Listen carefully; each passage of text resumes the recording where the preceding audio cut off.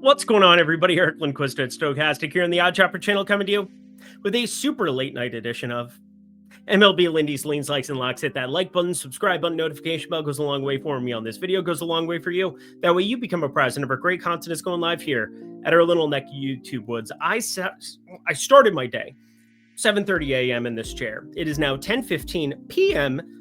I think I've gone to the bathroom a couple of times. I can't really recall, but watched a lot of sports, bet on a lot of sports, and I think pretty successfully there. We had two pick'em cards that hit, which was very, very useful. The NFL streets, that was. And then, of course, the bets here. T. Higgins goes just berserk. I mean, everybody went berserk in that game. Every tight end goes berserk. Neither running back scores. That's pretty insane when you look at Chase Brown and Jalen Warren, the games that they had. And then it just became just methodical ridiculousness in the red zone by Joe Flacco and Aaron Rodgers. The Geriatric Bowl, just beautiful stuff there. Probably one of the best Thursday night football games we've seen in a while. But of course, we're here to talk MLB.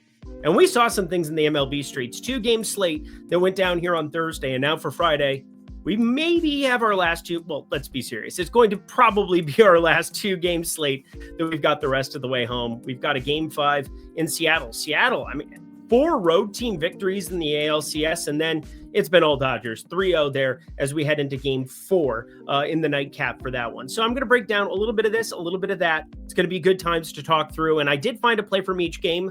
I really had to cut through the weeds there on the Dodger game. I'll talk about why that is, but did find a play that I do like, put a quarter unit on it, just a small allotment, just because I want to get a sense, once the lineups drop, what we're dealing with. Plus, be careful on FanDuel when you're playing the Dodgers. I'm just going to say that from the onset. I think we might get a wonky lineup, at least to start that game as Shohei Ohtani gets going, because, well, they're up 3-0, and Will Smith's coming off of injuries and a lot of other things. So we'll get into the ins and outs of that for sure. But I wanted to throw this out here for you. Be like Lindy, join Tails today. Would love to have you guys in the Tails streets, purely because I think it's going to be the best betting app that exists in the world. I know that seems like a lofty goal, but here's the thing. We have the experts in-house who can do it. We have Greg Ehrenberg, we have myself, we have Lofty, we have Josh Engelman. We have so many people that are going to help you make tons of money come NBA season. And then, well, the MLB season, I think I've had you covered pretty much top to bottom. I really have. At least, hopefully you've been tailing every single day, because I'm sure there's a day or two where you could come in and say, Eric sucks at this, but not many. So that's a plus. But be like Lindy, join Tails today. Would love to have you guys in here kicking it. You simply go to the link below, you sign up, and plus you can sign up for free. You can get a ton of free bets on the Expert Picks feed, as well as getting all of the premium goodness from myself, guys like DKDFS, who I just cannot say enough good things about in the NBA streets. We got DFS Donuts, just unbelievable stuff that he's been doing in the NFL streets. Would love to have you guys check it out. So go to the link below, and then let's say you have a niche sport, golf.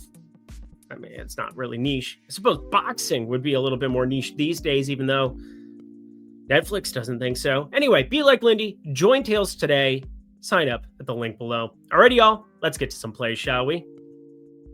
Boop. Alrighty, friends, I stayed up late for you. I'm always putting in that work, Devin. Don't give up. I have NBA sheets to get ready for, which I was a little bit behind on, so I just did some catching up. Figured out exactly who plays on everybody's team because, well, NBA preseason's been locked in.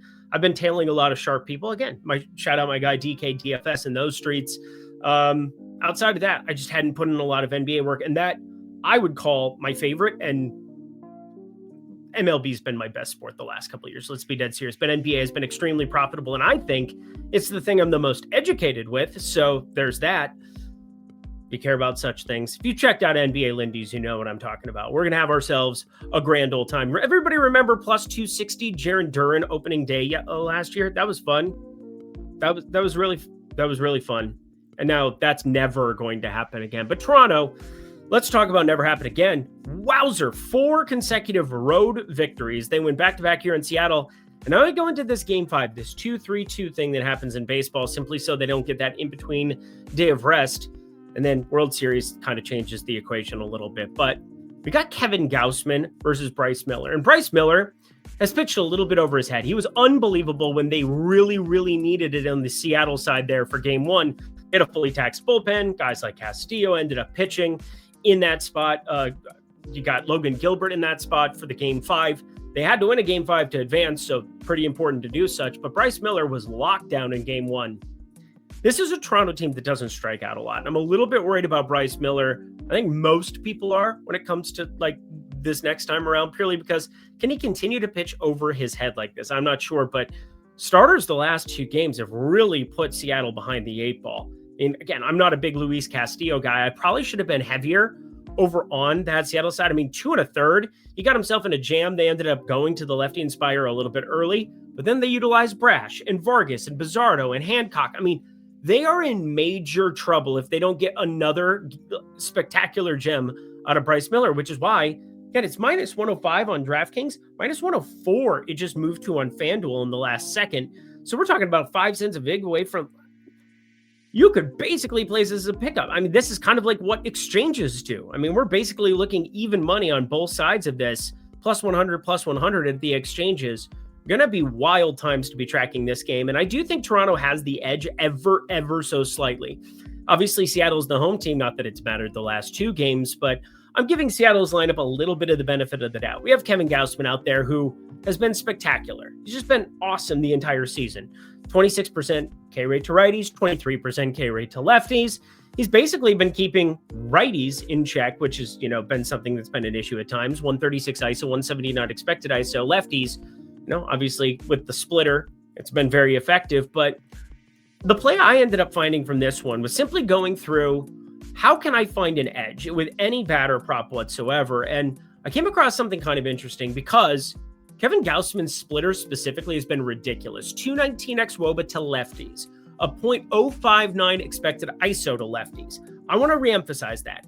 .059 expected ISO. He gives up no power whatsoever to lefties. That bodes well for a plus 130 type number when you have Josh Naylor getting it to get a single. Plus 131. The guy makes crazy contact. He only has a 12% K rate against righties.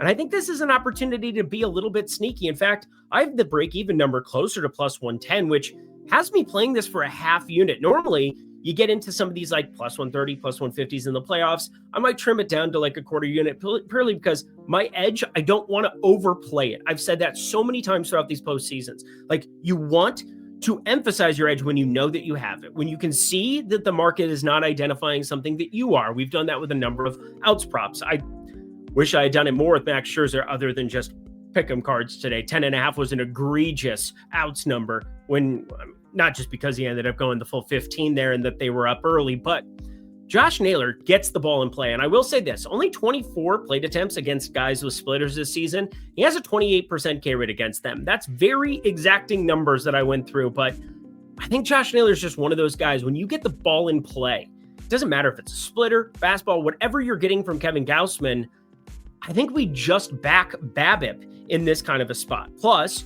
the Toronto bullpen arms, they're a little bit more worried about what they're going to do against the top of this lineup than getting down to the 6 hole. Although Josh Naylor 3 for 3 again tonight, and the guy just continues to roll, hit a homer too. So Josh Naylor, not that I care about that recency bias, but I think the sharp part of this is simply the fact that there is no power giving up by Gausman, and we're getting the longest odds number that we've seen on Josh Naylor to get a single the entire series. So I think that that's a little bit incorrect. I played it for a half unit over on DraftKings. I think you should too. Onyx odds as well. Plus 131. Fire that up.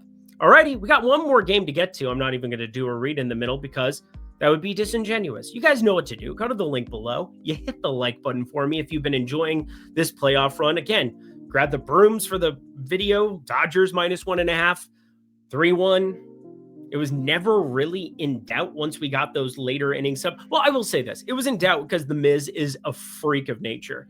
The fact that they didn't start the Miz was a lot of why I felt especially good. People were asking me, Eric, Jose Quintana is not going to be pitching in this one. I said, that's weird. Jose Quintana did not end up pitching. I'm 99% sure that he will be the starter here this time around. They went Aaron Ashby. They end up going to the Miz, who was absolutely incredible, completely shut down. They got a little bit at the tail end of that one, and then they get over the top there, 3-1. Very, very useful. But Jose Quintana, I think, has to eat up a couple of innings here. 3-4 innings at the very, very least here for Milwaukee if they're going to have any kind of a chance, because it's bullpen's taxed. They've tried everything. these Dodgers, man, it's starting pitching. I mean, Tyler Glasnow was incredible again. I know it got a little bit hairy there with 2-1 in the first. I know it got a little bit hairy later on in his stint, but never really gave up a lot of power. There was no power whatsoever in that game for what it's worth between the Miz and everybody else there. Yeah, like slap triples. That slap triple from Ohtani was absurd. The one from Durbin might be even more absurd, but his name isn't Ohtani, so like I guess he's not going to get the same merit or weight, but Ohtani did reach across the zone, pull it, and get a leadoff triple in that game. So shout out Ohtani for being very good at baseball, but we kind of knew that. Jose Quintana's in a lot of trouble, let's be serious. But this price is a little bit too wide for a couple of reasons, and I gave you the preamble there at the beginning of this video. What does this Dodgers lineup look like 3-0? Will Smith is coming off of injury. He's caught every game here now, or after, coming in relief stints over in Milwaukee. Now he's been starting the last two. Do they give him a relief stint here and go to Rortvedt for, 1-2 innings at the very least? Give him one at bat there, maybe in the 9-hole, and then play to the score and have Will Smith be the guy? I mean, Will Smith and Tyler Glasnow, not like they were holding runners there specifically, and Will Smith generally a really good arm back there, but definitely dinged up, definitely looks a little bit off behind the dish to me. I know that that's kind of weird analysis, but he's got the best starting pitching that you could ever ask for. The master classes from Snell and Yamamoto. Glasnow was typical Glasnow, and now if it's typical Ohtani, Milwaukee's just toast, probably toast. But Alex calls the other one I'm a little bit worried about. So Will Smith, I think Teoscar Hernandez would move into the 3-hole. And I'm always worried about lineup order. I think it's the most underappreciated thing about MLB betting, period. Lineup order. People don't care enough about it. You need to care more about lineup order because individual events, singles, doubles, triples, home runs, stolen bases, things that are individually based, that's great. But hits plus runs plus RBIs, runs, RBIs are dictated on the success of people in front of you and behind you. And that leads me to my quarter unit play, the smaller play that I ended up finding. Freddie Freeman, plus 175. I think there's no chance anybody else is playing first base tomorrow unless Freddie Freeman just randomly has a foot injury like he had last year in the postseason, and we don't hear about it. He turned that ankle, and that was what it was. But Freddie Freeman's just been locked in. I mean, obviously, we backed him unsuccessfully. He was the only unsuccessful part of MLB really today was the Freddie Freeman home run that did not come to fruition, although I don't take it back. It closed way shorter than the plus 560 and better that we ended up getting here the night before. Yeah, you take those kind of shots, I think. And the Miz, his slider was just moving 95, 96 and moving inside on lefties.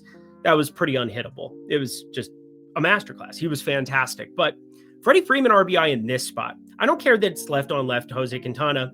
It's predicated on what's in front of you. Ohtani, Betts, and I think Teoscar Hernandez. I think Freeman most likely stays in that cleanup position. This is also plus 175 at FanDuel, which I think is very important to talk about as well. FanDuel, you probably know by now, they don't void if somebody is not in a starting lineup and then they enter the game at any point in time.